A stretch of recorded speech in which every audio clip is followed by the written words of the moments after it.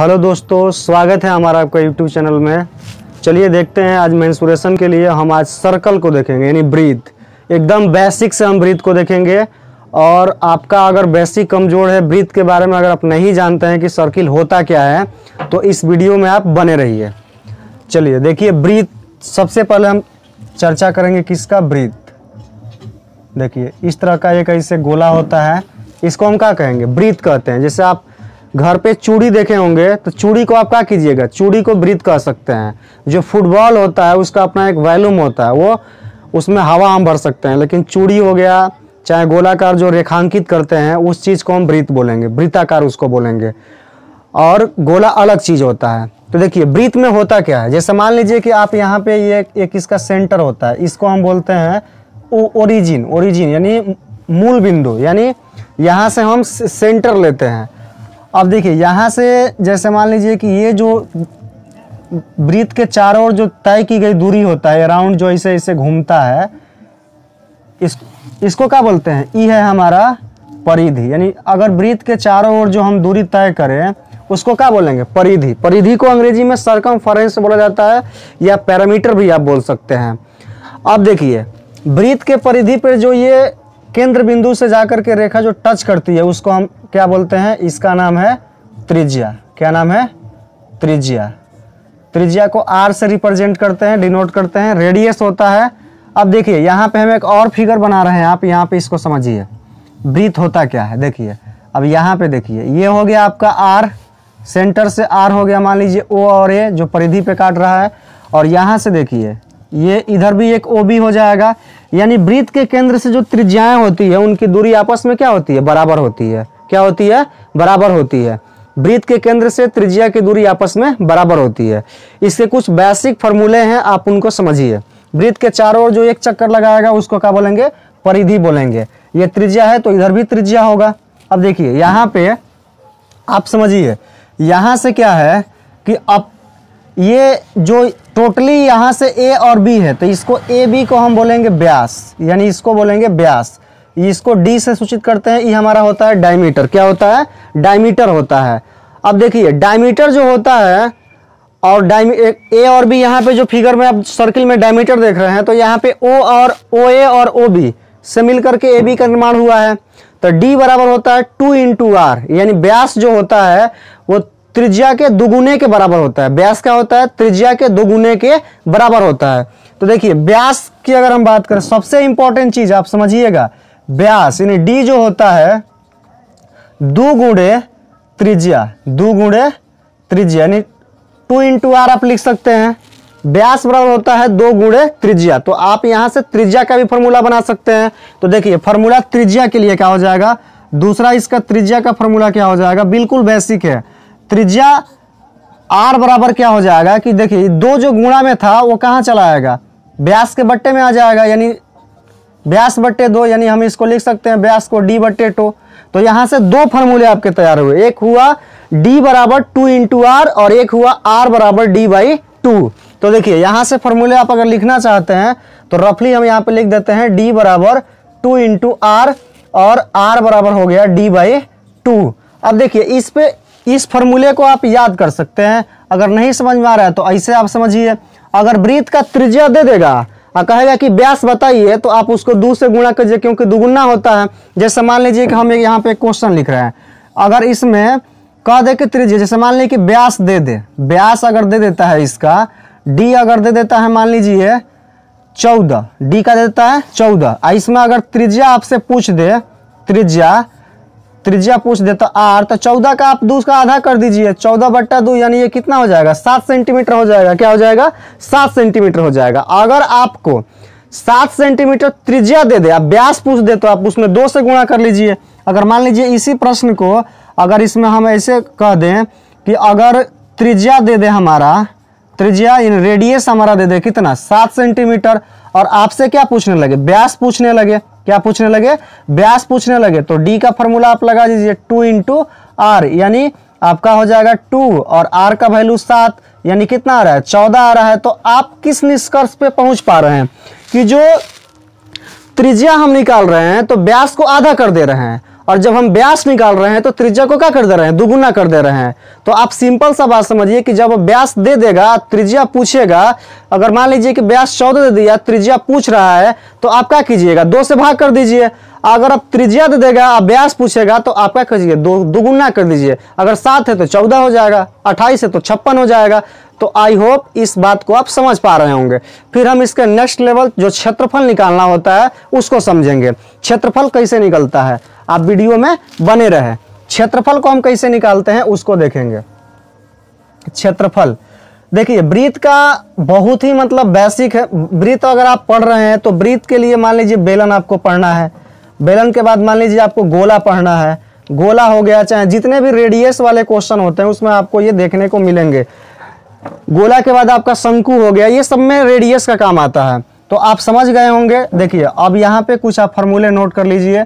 फार्मूले तो आप पढ़े ही होंगे, लेकिन आप बेसिक सीखिए। वृत्त का क्षेत्रफल क्या होता है, पाई आर स्क्वायर। वृत्त की परिधि क्या होता है, वृत्त की परिधि। तो वृत्त की परिधि की अगर हम बात करें तो क्या होता है, 2 पाई आर। ये 2 फार्मूले आपके लिए बहुत ही इंपॉर्टेंट है। एक तो वृत्त का क्षेत्रफल, वृत्त का क्षेत्रफल क्या होता है, पाई आर स्क्वायर, जहां पाई का मान बस 22/7 होता है। अगर 3.14 भी होता है डिवाइड करने पर दशमलव में।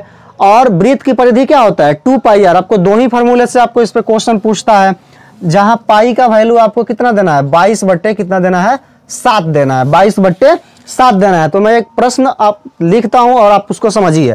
जैसे प्रश्न अगर कहने लगे क्वेश्चन कि वृत्त की त्रिज्या आर कितना सेंटीमीटर, 7 सेंटीमीटर है। वृत्त की त्रिज्या आर 7 सेंटीमीटर है। तो क्षेत्रफल एवं परिधि निकाले, क्षेत्रफल एवं परिधि निकाले। बिल्कुल बेसिक, 10th में आजकल ये क्वेश्चन पूछ रहा है। अर्धवृत्त, अभी इसका वृत्त के बाद जो आधा वृत्त होता है उसको भी हम पढ़ाएंगे, समझिए। अब देखिए प्रश्न हो गया, तो आप कुछ मत कीजिए। जैसे मान लीजिए यह वृत्त है, यही वृत्त है, तो इस वृत्त को हम यहाँ पे थोड़ा सा चेंजिंग कर देते हैं। ये जो रेडियस है इसको हम मिटा देते हैं। ये मान लीजिए रेडियस इसका दे दिया है कितना, 7 दे दिया है। ये रेडियस का दे दिया है 7। अब देखिए यहाँ पे लिखेंगे हल में कि दिया हुआ है वृत्त की त्रिज्या, वृत्त की क्या दे दिया है, त्रिज्या दे दिया है, रेडियस कितना 7 सेंटीमीटर। क्या क्या पूछ रहा है, क्षेत्रफल एवं परिधि। तो वृत्त का क्षेत्रफल आप सूत्र से जानते हैं।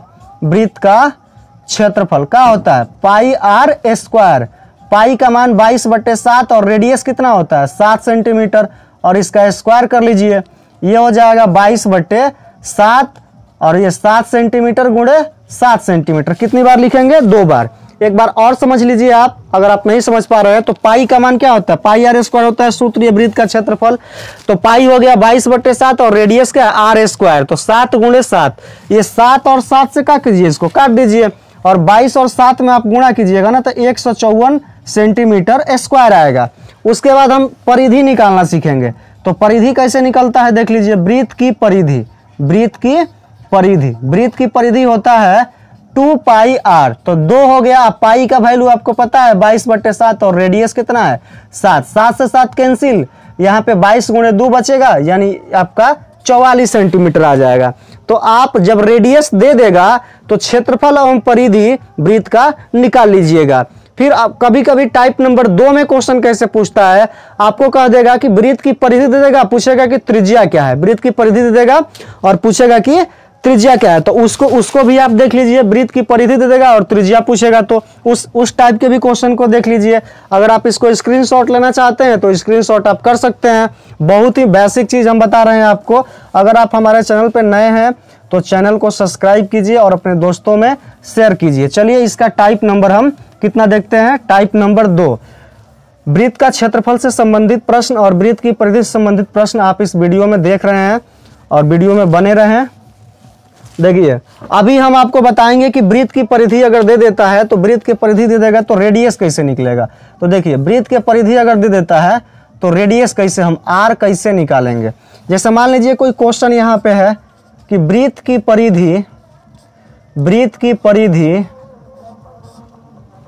परिधि 44 सेंटीमीटर है, तो वृत्त का क्षेत्रफल निकाले, वृत्त का क्या निकाले, क्षेत्रफल निकाले, वृत्त का क्षेत्रफल निकाले। ये देखिए ये आपका टाइप अलग टाइप का क्वेश्चन है, आप इसको टाइप 2 नाम दे सकते हैं।